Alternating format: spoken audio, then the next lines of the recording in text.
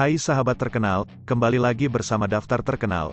Mari bersama kami untuk menambah pengetahuan dan sedikit wawasan. Kali ini kita akan membahas sedikit tentang beberapa tokoh revolusi di negara asalnya. Sebelum kita lanjut, jangan lupa subscribe, like dan komen untuk terus mendukung channel kami. Ada banyak negara di dunia, dan tentunya memiliki banyak ciri dan perjuangan mereka meraih kemerdekaan dan mempertahankannya. Begitupun banyak tokoh-tokoh revolusi yang lahir karena melihat kondisi negara dan bangsanya yang belum sesuai yang diharapkan. Perlu banyak keberanian dan aksi nyata dalam merubah negaranya. Kali ini kita akan sedikit mengenal siapa saja tokoh-tokoh revolusi yang lahir dari perjuangan bangsa dan negaranya. 1. Fidel Castro. Fidel Alejandro Castro Ruz, adalah seorang pejuang revolusi dan politikus Kuba yang berhaluan sosialis. Ia dilahirkan di Biro Oriente, dengan latar belakang keluarga petani yang kaya. Ia mulai menganut paham anti-imperialisme yang berhaluan kiri saat sedang kuliah hukum di Universitas Havana. Castro menjabat sebagai Perdana Menteri Kuba dari 1959 hingga 1976 dan sebagai Presiden Kuba sejak 1976 hingga 2008. Kuba, sejak kemerdekaannya pada tanggal 1 Januari tahun 1899 atas kemenangan Amerika Serikat terhadap Spanyol dalam Perang Spanyol-Amerika, konstitusi Kuba berada di bawah kendali militer Amerika Serikat hingga tanggal 20 Mei tahun 1902. Semenjak tahun-tahun 1909 sampai tahun 1925, Kuba dipimpin oleh sejumlah presiden yang lemah dan korup. Presiden yang menjabat pada era tersebut adalah Jose Miguel Gomez tahun 1909 sampai tahun 1913, Mario Garcia Menocal tahun 1913 sampai tahun 1921, dan Alfredo Zayas y Alfonso tahun 1921 sampai tahun 1925. Di masa pemerintahan Gomez terjadi tindak kekerasan menyangkut agama dan ras yang menimbulkan ribuan orang tewas. Tuduhan korupsi di kalangan pemerintah semakin meningkat termasuk juga tuduhan praktik nepotisme. Krisis keuangan juga pernah melanda Kuba pada tahun 1920 di masa pemerintahan Presiden Garcia Menocal.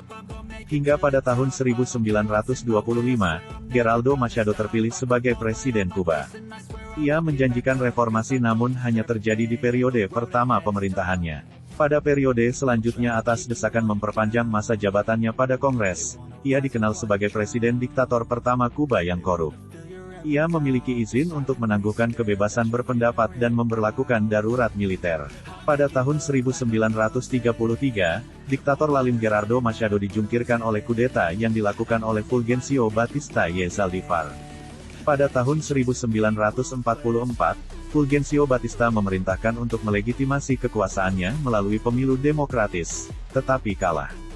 Pada tahun 1952, ia kembali mendapatkan kekuasaan setelah melancarkan kudeta. Penentangan mulai meruyak, salah satunya adalah pimpinan terpenting gerakan anti-Batista, seorang pengacara bernama Fidel Castro dari Santiago de Cuba. Pada tanggal 26 Juli tahun 1953, kelompok pemberontak yang beranggotakan 160 orang menyerang Barak Moncada di Santiago de Cuba. Kelompok ini memiliki komposisi anggota yang terdiri atas berbagai kalangan pelajar, mahasiswa, buruh, hingga pengusaha. Pemberontakan ini gagal dan Fidel Castro ditangkap. Setelah pemilu tahun 1955, Fidel Castro dan saudaranya menerima amnesti. Batista membebaskan semua tahanan politik, termasuk para penyerbu Barak Moncada. Kemudian Castro bersaudara mengungsi ke Meksiko dan bergabung dengan orang-orang Kuba yang siap membebaskan negerinya. Selama masa itu, Castro juga bertemu Dr. Che Guevara dari Argentina, yang bergabung dengan angkatan mereka. Serangan dari kelompok revolusi terus dilakukan sehingga membuat Batista terdesak, ditambah kurangnya pasokan amunisi setelah Amerika melakukan embargo persenjataan kepada pasukan militer pemerintah Kuba pada pertengahan Maret. Batista akhirnya melepaskan jabatannya sebagai presiden. Ia beserta beberapa pendukungnya melarikan diri ke Republik Dominika. Sementara itu kelompok gerilya yang dipimpin Castro berhasil menduduki Havana dan Santiago de Cuba pada tanggal 7 Januari untuk menyempurnakan kemenangan revolusi. 2. Joseph Broz Tito. Tito, adalah revolusioner sekaligus negarawan Yugoslavia yang menduduki berbagai jabatan sejak tahun 1943 hingga kematiannya. Dalam Perang Dunia II, ia memimpin partisan Yugoslavia yang disebut-sebut sebagai gerakan perlawanan paling berhasil di daerah pendudukan Jerman di Eropa. Meski masa kepemimpinannya dikritik otoriter, sebagian sejarawan menganggapnya sebagai diktator budiman. Tito adalah tokoh masyarakat yang terkenal di Yugoslavia dan dunia. Ia juga dianggap sebagai tokoh pemersatu yang berhasil mempertahankan keutuhan Federasi Yugoslavia melalui berbagai kebijakan dalam negerinya. Ia mulai mendapat perhatian lebih dari dunia saat menjadi penggerak gerakan non-blok bersama Soekarno dari Indonesia, Jawaharlal Nehru dari India, dan Gamal Abdul Nasir dari Mesir.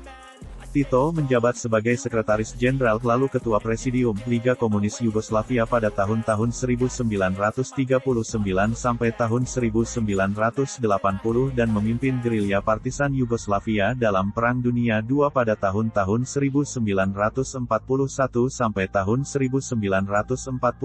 Ia kemudian menjabat sebagai Perdana Menteri tahun 1944 sampai tahun 1963, lalu Presiden Republik Federal Sosialis Yugoslavia tahun 1953 sampai tahun 1980.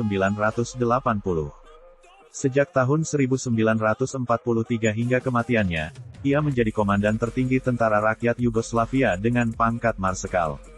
Dengan reputasi yang baik di kedua blok peserta Perang Dingin, Tito menerima 98 penghargaan dari luar negeri, termasuk Legiun Kehormatan dari Prancis, Orde Bat dari Britania Raya, dan Orde Lenin dari Uni Soviet.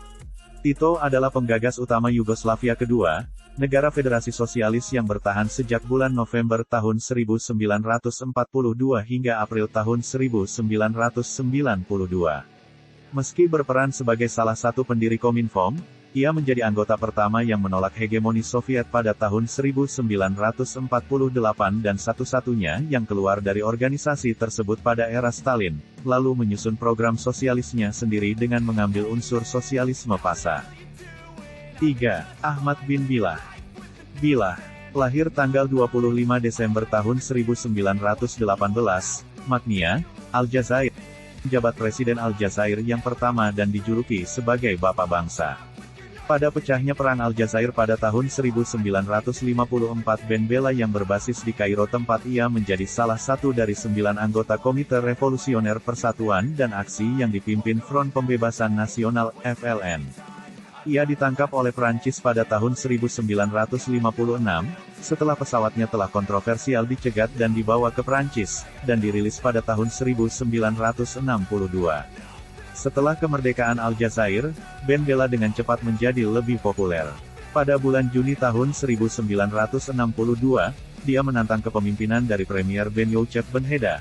Hal ini menyebabkan perselisihan di antara beberapa saingannya di FLN, yang dengan cepat ditekan dengan jumlah pendukung Ben Bella yang berkembang pesat, terutama dalam angkatan bersenjata.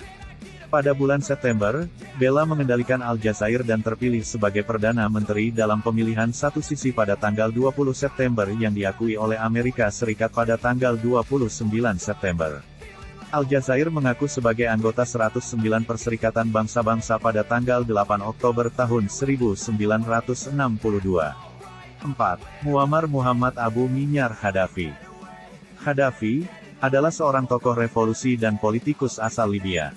Ia berkuasa di Libya sebagai Kepala Revolusioner Republik Arab Libya dari tahun 1969 hingga 1977, dan kemudian sebagai pemimpin dan penuntun revolusi, Jamahiriyah Arab Libya dari tahun 1977 hingga 2011.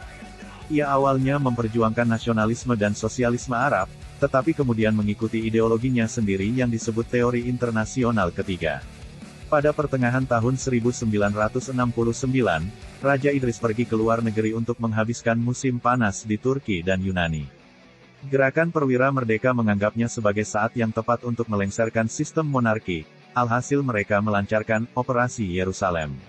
Pada tanggal 1 September mereka menduduki bandar udara, pos polisi, stasiun radio, dan kantor pemerintahan di Tripoli dan Benghazi.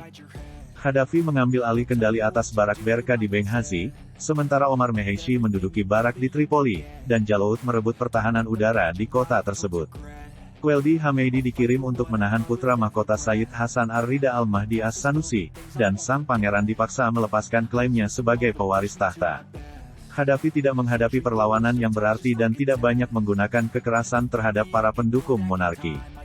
Setelah Qaddafi menjatuhkan sistem monarki, ia mengumumkan pendirian Republik Arab Libya. Ia menyampaikan pidato kepada rakyat lewat radio dan memaklumkan akhir dari rezim, kolot dan korup, yang baunya telah memuakkan dan menakuti kita semua. Kudeta ini sama sekali tidak menumpahkan darah, sehingga awalnya peristiwa ini dijuluki Revolusi Putih, tetapi kemudian namanya diganti menjadi Revolusi 1 September, sesuai dengan tanggal kejadiannya. Qaddafi bersikeras bahwa kudeta yang dilancarkan olehnya merupakan suatu revolusi yang menjadi awal mula perubahan besar-besaran di Libya. Ia mengumandangkan bahwa revolusi berarti kebebasan, sosialisme, dan persatuan, dan pada tahun-tahun berikutnya, ia mengambil berbagai tindakan untuk mewujudkan hal-hal tersebut.